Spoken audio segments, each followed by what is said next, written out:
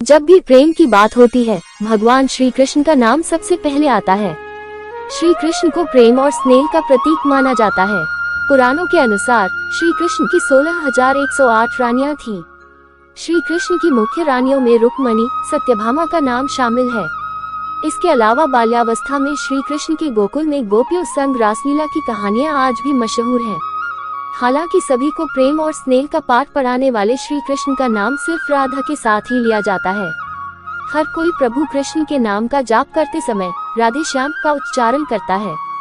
भले ही उनकी 1,60,108 रानियां थी, लेकिन जब प्रेम की मिसाल दी जाती है तो श्री कृष्ण और राधा का प्रेम सबसे ऊपर होता है। श्री कृष्ण और राधा की प्रेम कहानियां पीढ़ी दर पीढ़ी सुनने को मिलती हैं। लेकिन जब भी राधा रानी और श्री कृष्ण के प्रेम का जिक्र होता है तो यह सवाल जरूर मन में उठता है कि जब दोनों के बीच इतना प्रेम था तो कृष्ण ने राधा से विवाह क्यों नहीं किया। 16,108 रानियों में एक राधा क्यों नहीं थी। इस साल 19 अगस्त को कृष्ण जन्माष्टमी का पर्व मनाया जा रहा है। कृष्ण जन्माष्टमी के मौके पर जानिए कृष्ण और राधा की प्रेम कहानी के बारे में। आखिर कृष्ण ने राधा से शादी क्यों नहीं की थी। प्रेम की बात होती है, भगवान श्री कृष्ण का नाम सबसे पहले आता है। श्री कृष्ण को प्रेम और स्नेह का कौन थी राधा। पद्म पुराण के मुताबिक राधा वृषभानु नाम के एक गोप की पुत्री। प्रेम की बात होती है, भगवान श्री कृष्ण का नाम सबसे पहले आता है। श्री कृष्ण को प्रेम और स्नेह का प्रतीक माना जाता है। पुराणों के अनुसार श्री कृष्ण की 16,108 रानियां थीं। कुछ विद्वान मानते हैं कि राधा का जन्म यमुना नदी के पास स्थित रावल गांव में हुआ था। बाद में उनके पिता बरसाना में आकर बस गए थे। हालांकि कुछ लोगों का यह मानना है कि राधा का जन्म बरसाना में ही हुआ था। बरसाना में राधा जी को लाडली कहा जाता है। ब्रह्मवैवर्त पुराण के अनुसार राधा जी कृष्ण से 4 साल बड़ी थी और उनकी मित्र थी। राधा जी से जुड़ी कई अन्य मान्यताएं भी हैं। ब्रह्मवैवर्त पुराण के अनुसार राधा का विवाह रायन नाम के व्यक्ति से हुआ था, जो कि माता यशोदा के भाई थे, यानी रिश्ते में राधा कृष्ण की मामी लगती थी। हालांकि अन्य पुराणों में ऐसा जिक्र नहीं मिलता। प्रतीक माना जाता है। पुराणों के अनुसार श्री कृष्ण की 16,108 रानियां थीं। कौन थी राधा। राधा और कृष्ण की प्रेम कहानी। मान्यता है कि जब श्री कृष्ण 8 साल थे तो उनकी मुलाकात राधा से हुई, जो 12 साल की थी। श्री कृष्ण राधा से प्रेम करने लगे। दोनों एक दूसरे से विवाह भी करना चाहते थे। जब ये बात राधा के घर वालों को पता चली तो उन्होंने राधा को घर में कैद कर दिया। वह लोग राधा और कृष्ण की विवाह के इसलिए भी खिलाफ थे क्योंकि राधा की मंगनी हो चुकी थी। कहा जाता है कि श्री कृष्ण ने राधा रानी से शादी करने की हट कर दी थी। इस पर यशोदा माता और नंद बाबा उन्हें ऋषि गर्ग के पास ले गए। ऋषि गर्ग ने भी कान्हा को बहुत समझाया।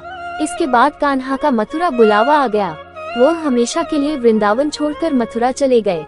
उन्होंने राधा से वादा किया था कि वह वापस लौटेंगे, लेकिन वह कभी वापस नहीं आए। नहीं राधा जी के मथुरा या द्वारका जाने का जिक्र मिलता है। हुआ राधा और कृष्ण का विवाह। राधा और कृष्ण का विवाह न होने के कई कारण बताए जाते हैं। इसमें से एक कारण नारद जी का श्राप भी माना जाता है। रामचरितमानस के बालकांड के अनुसार माता लक्ष्मी के स्वयंवर में नारद जी भी जाना चाहते थे। भगवान विष्णु ने नारद जी के साथ छल करते हुए उन्हें खुद का स्वरूप देने के बजाय वानर का स्वरूप दे दिया, जिसकी वजह से माता के स्वयंवर में नारद जी का काफी उपहास हुआ। जब नारद जी को इस बात का पता चला तो वह वैकुंठ पहुंचकर विष्णु जी से बहुत नाराज हुए और श्राप दिया कि उन्हें पत्नी की वियोग सहना होगा। यही वजह है कि रामचंद्र अवतार में उन्हें सीता का वियोग सहना पड़ा और कृष्ण अवतार में देवी राधा से उनका विवाह न हो सका। क्या राधा ने शादी से किया था मना। एक मत ये भी है कि देवी राधा ने ही श्री कृष्ण से विवाह के लिए मना किया था। राधा यशोदा पुत्र कान्हा से प्रेम करती थी, लेकिन जब वह मथुरा गए तो राधा रानी खुद को महलों के जीवन के लिए उपयुक्त नहीं मानती थी। लोग चाहते थे कि श्री कृष्ण एक राजकुमारी से विवाह करें, इसलिए राधा ने श्री कृष्ण से विवाह न करने की ठान ली। ये भी कहा जाता है कि राधा को महसूस हो चुका था कि श्री कृष्ण भगवान का अवतार है। वो खुद को एक भक्त मानने लगी थी। राधा श्री कृष्ण की भक्ति में लीन हो चुकी थी। राधा के पास वापस भगवान से विवाह नहीं कर सकती। भगवान श्री कृष्ण की शरारतों, उनकी लीलाओं और छल सभी कुछ मनुष्य के लिए कोई न कोई सीख ही थी। राधा से विवाह करना भी मनुष्यों को प्रेम की असली परिभाषा से परिचित कराना था। कहा जाता है कि एक बार देवी राधा ने कान्हा से पूछा कि वह उनसे विवाह क्यों नहीं करना चाहते। इस पर श्री कृष्ण ने कहा कि कोई अपनी आत्मा से विवाह करता है क्या। श्री कृष्ण राधा को खुद से अलग नहीं बल्कि अपना ही अस्तित्व मानते थे।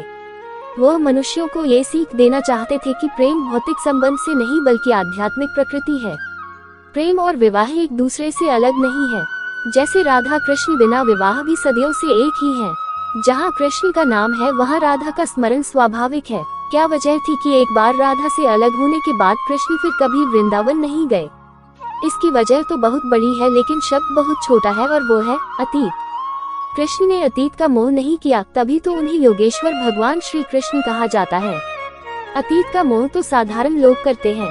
श्री कृष्ण नंदगांव से मथुरा और मथुरा से द्वारिका चले गए, लेकिन उन्होंने कभी पीछे मुड़कर नहीं देखा। वे जीवन में कभी वापस लौटकर नहीं आए, क्योंकि जिनके मुख में पूरे ब्रह्मांड के दर्शन हो सकते हैं, उनके लिए मथुरा वृंदावन कौन सा दूर है। क्यों लगता है श्री कृष्ण के नाम से पहले राधा का नाम कृष्ण के आगे लगता है? क्योंकि माँ राधा श्री कृष्ण की पूरक है। श्री कृष्ण भगवान है तो राधा रानी वो महाशक्ति है जिसके कारण भगवान लीला रचाते हैं। राधा कृष्ण एक ही है, इनमें किसी भी प्रकार का अंतर नहीं है। सनातन धर्म में ये विशेषता है कि परमात्मा की पूजा हम दोनों पहलुओं में करते हैं। परमात्मा एक होकर भी दो पहलुओं में है। स्वयं भगवान और उनकी शक्ति, परमात्मा और उसकी परम शक्ति दोनों का बराबर का महत्व है। क्योंकि हम ईश्वर को क्यों मानते हैं? क्योंकि वे सर्वशक्तिमान हैं। इसलिए जब हम उस ईश्वर को प्रणाम करते हैं तो उसके साथ उसकी शक्ति को प्रणाम करते हैं, जिसके कारण हम उस ईश्वर को सर्वशक्तिमान जानते हैं। भगवान जब शिव रूप में दर्शन देते हैं तो साथ में शक्ति स्वरूपा माँ पार्वती होती है, फिर हम कहते हैं जय गौरी शंकर। भगवान जब विष्णु रूप में दर्शन देते हैं तो साथ में शक्ति माँ लक्ष्मी के रूप में होती है, और तब हम कहते हैं जय लक्ष्मी नारायण। भगवान जब श्री राम रूप में दर्शन देते हैं तो साथ में शक्ति माँ सीता के रूप में होती है, और हम कहते हैं जय सिया राम। भगवान जब गणेश रूप में दर्शन देते हैं तो शक्ति उनके साथ सिद्धि रूप में होती है, और हम कहते हैं जय सिद्धि विनायक।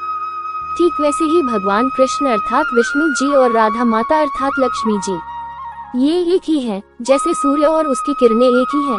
सूर्य हमें प्रकाश देते हैं, तभी तो उनकी महिमा के बारे में हमें पता चलता है।